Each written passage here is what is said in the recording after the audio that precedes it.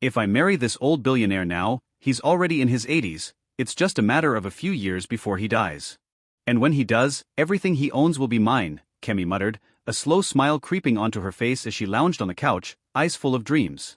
Kemi had always believed she was destined for luxury, but not through hard work or skill. No, not her. She believed the key to wealth was a rich man, a man who would carry her like an egg, pay her bills, dress her in designer labels, and fly her to exotic places. The idea of learning a skill made her sick. Why should I stress myself? She would often say. There are men who have been working for decades just so I can enjoy. That's their job. In their small flat in Lagos, Kemi's younger sister, Kendra, tried again and again to get her to see reason. Kendra was 2 years younger but far more responsible. She was learning hairdressing, worked part-time at a salon, cleaned the house, bought groceries with her small earnings, and cooked their meals. Kemi never lifted a finger. Depending on men like this will ruin you, Kendra said one evening, stirring a pot of soup. Kemi rolled her eyes dramatically, lying across the couch with her phone in hand, scrolling through Instagram. Why are you always so dramatic now, lady? Look at this, she said, turning her phone around to show a picture of a girl she followed.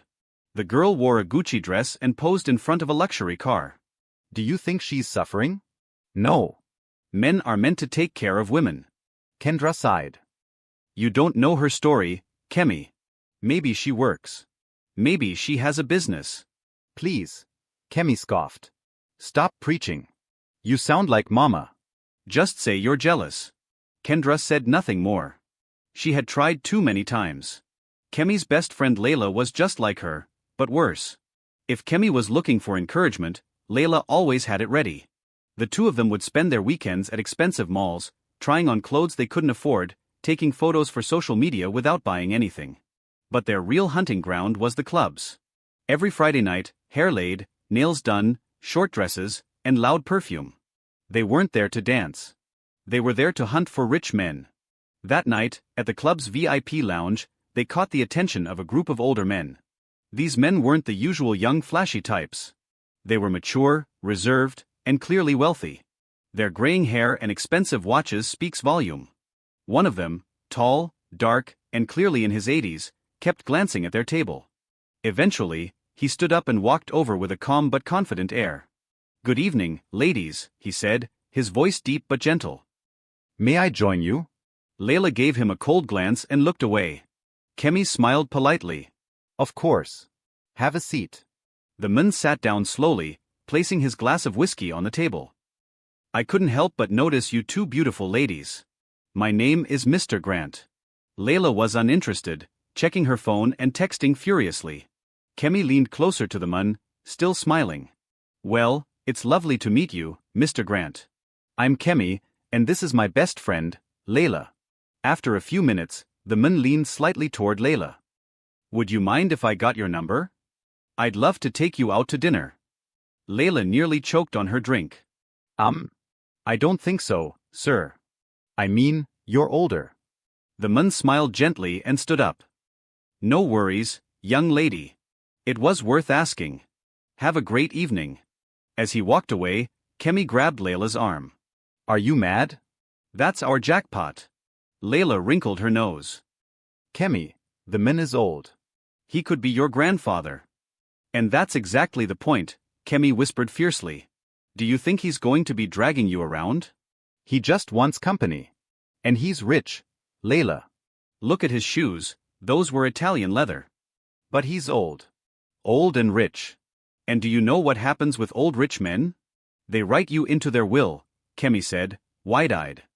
He's going to give you money, cars, maybe even a house. You can still date whoever you want on the side. Layla giggled. You're insane. No, I'm smart, Kemi replied. I'm giving him your number. What? Kemi. Relax. I'll smooth it over. You'll thank me when you're driving a Porsche. That night, Kemi convinced the old man to take Layla's number. And after a few minutes, she returned with a triumphant grin.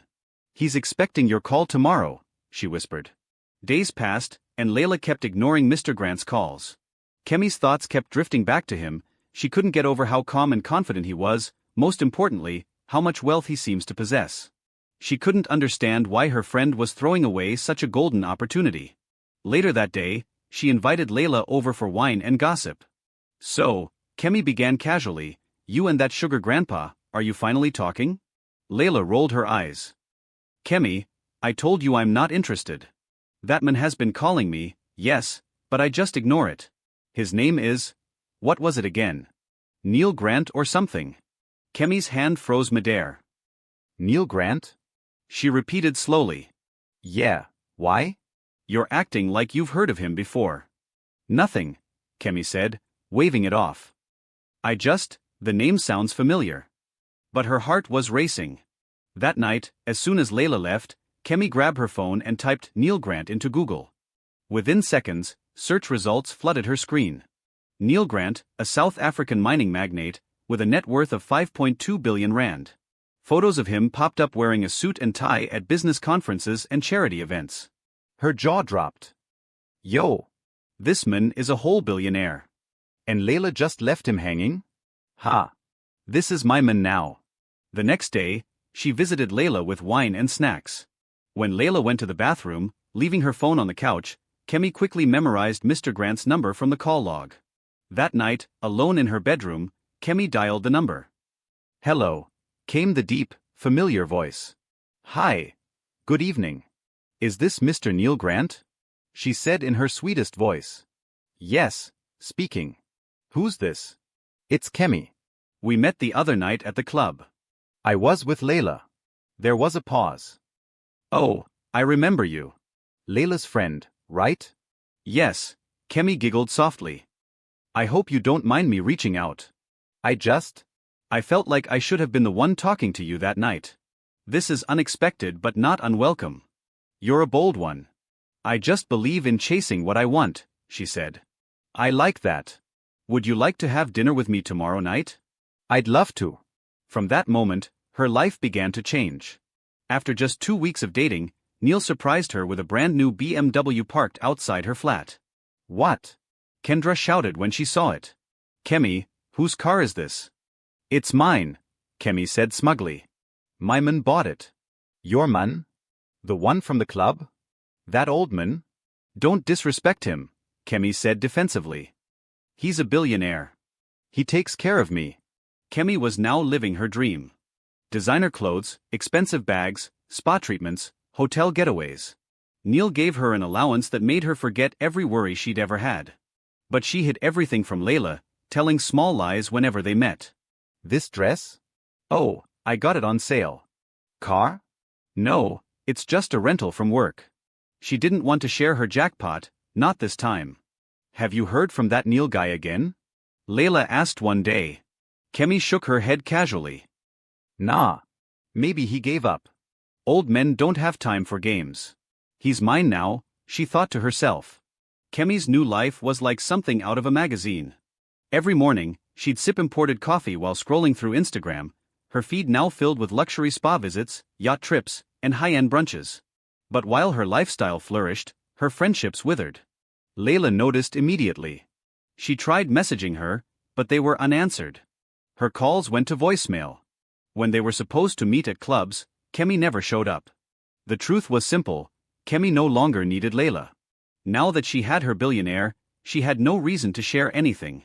One evening, as she sat beside Neil on the balcony of his Santon penthouse, he suddenly turned to her. "I have something to ask you," he said gently. He pulled out a small velvet box and opened it. Inside was a massive diamond ring. "Kemi, would you marry me?"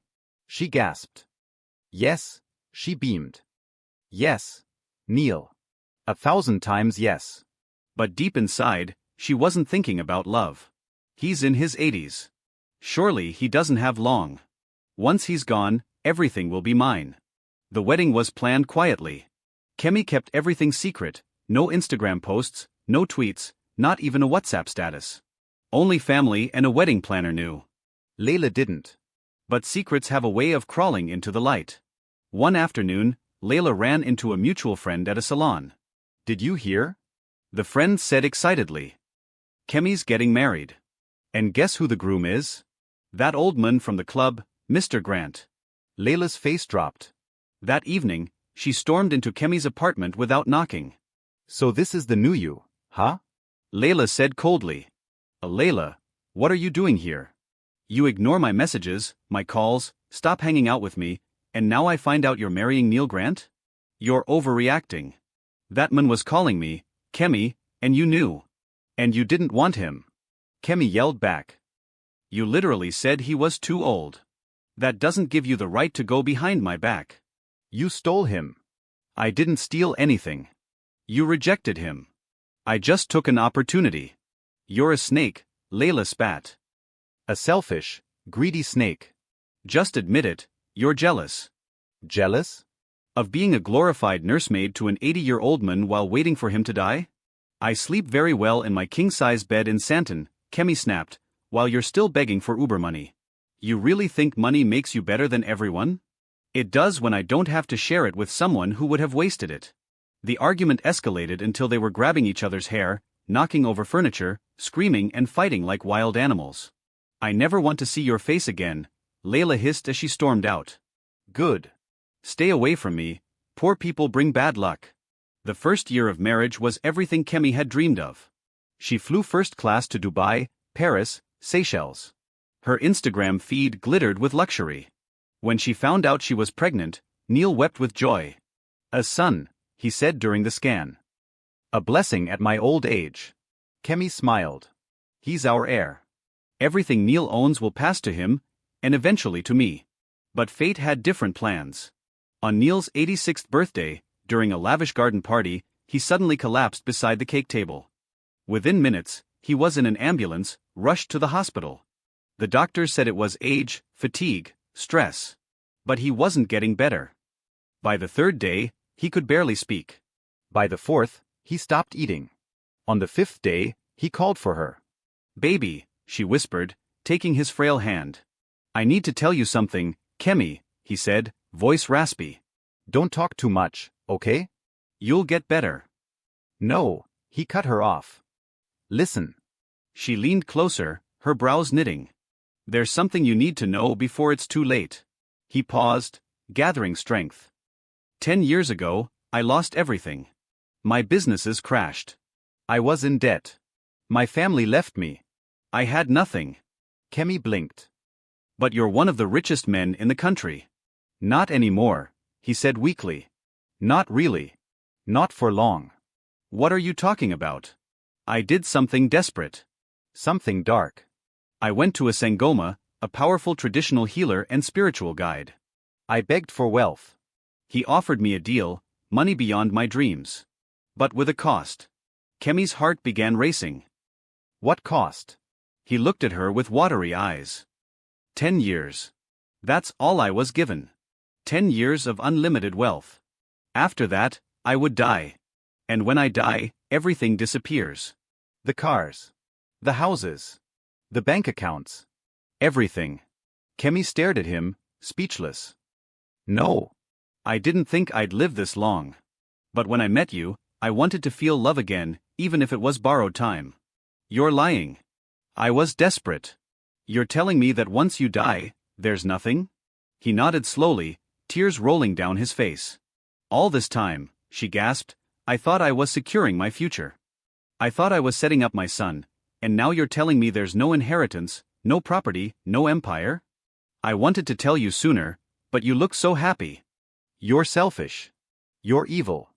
You lied to me. I gave you my body. I gave you a child. I gave up my youth thinking I was locking down a lifetime of wealth. I'm sorry. You're not sorry. You're just dying, and scared. She grabbed her purse and stormed out, her heels clicking loudly against the tiles. She leaned against her SUV at the parking lot, and let out a scream. 3 days later, she received a call from the hospital. Mrs. Grant. I'm sorry. Your husband didn't make it. The glass slipped from her hand and shattered on the floor. But even through the shock, a thought crept in. Now it begins, the wealth, the inheritance. She was wrong. Dead wrong. Within hours, everything began to unravel. She tried to sell Neil's houses, but the documents were fake. She went to the bank to cash checks, the accounts didn't exist. She visited his warehouses, they were burning to the ground. When she returned to their mansion, She found it ransacked. Everything stolen. Then the police arrived with demolition papers. The land was government property, declared illegal since 2002. 7 days later, bulldozers destroyed the house. She stood there with her baby boy, watching everything turn to dust. She had no money, no friends, no family willing to help. All the people she used to show off to had blocked her. There was only one person left, Layla. She arrived at Layla's flat just before sunset, clutching her baby close to her chest. Her designer clothes were torn, her wig was frizzy, and her designer handbag was torn at the strap. She knocked gently. "Layla," she said when the door opened. Layla stood frozen. "Kemi." Tears sprang to Kemi's eyes.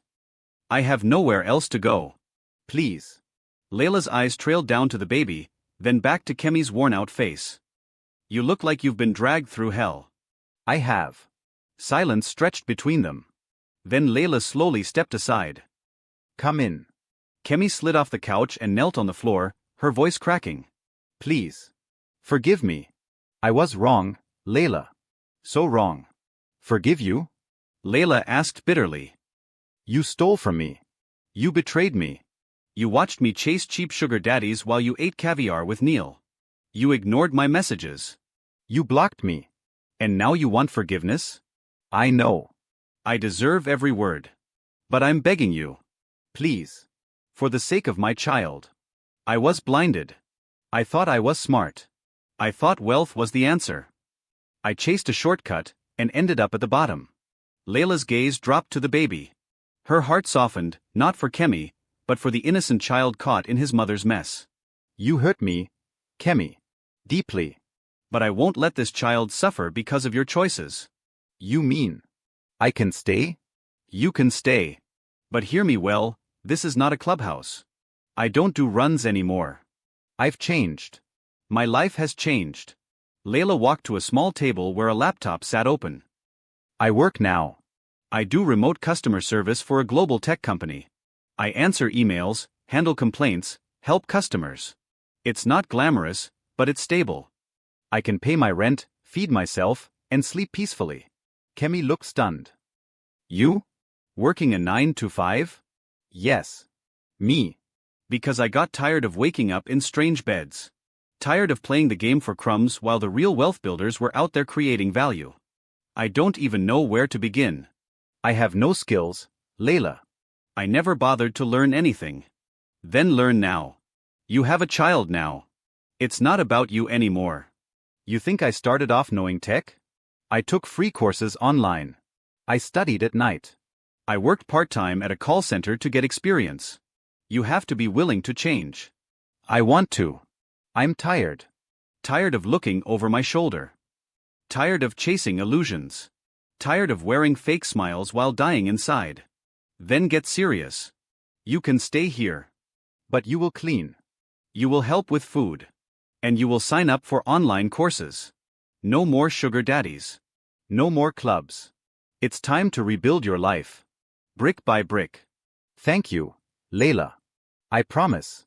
I won't let you down. Start by bathing that baby. He smells like dried milk and stress." Kemi let out a small laugh, the first in weeks. Later that night, after putting her son to sleep, she sat next to Layla, who was typing on her laptop. "You really seem happy," Kemi said quietly. "I am. Peace of mind is better than champagne with anxiety. I used to think money was everything. But it slipped through my fingers like water. I had no character, no plan, just greed. And now? I'm starting from scratch. That's the thing about shortcuts," Layla said without looking up. "They feel fast at first. But they always lead you off the road."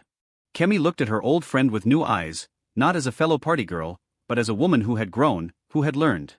Now it was her turn. She walked over to her son and stroked his cheek. "For you," she whispered. "I'll build a new path. No more easy roads. No more lies. Thanks for watching. Kindly hit the subscribe button so you never miss out on any of our videos. Stay blessed, and I'll see you in the next story."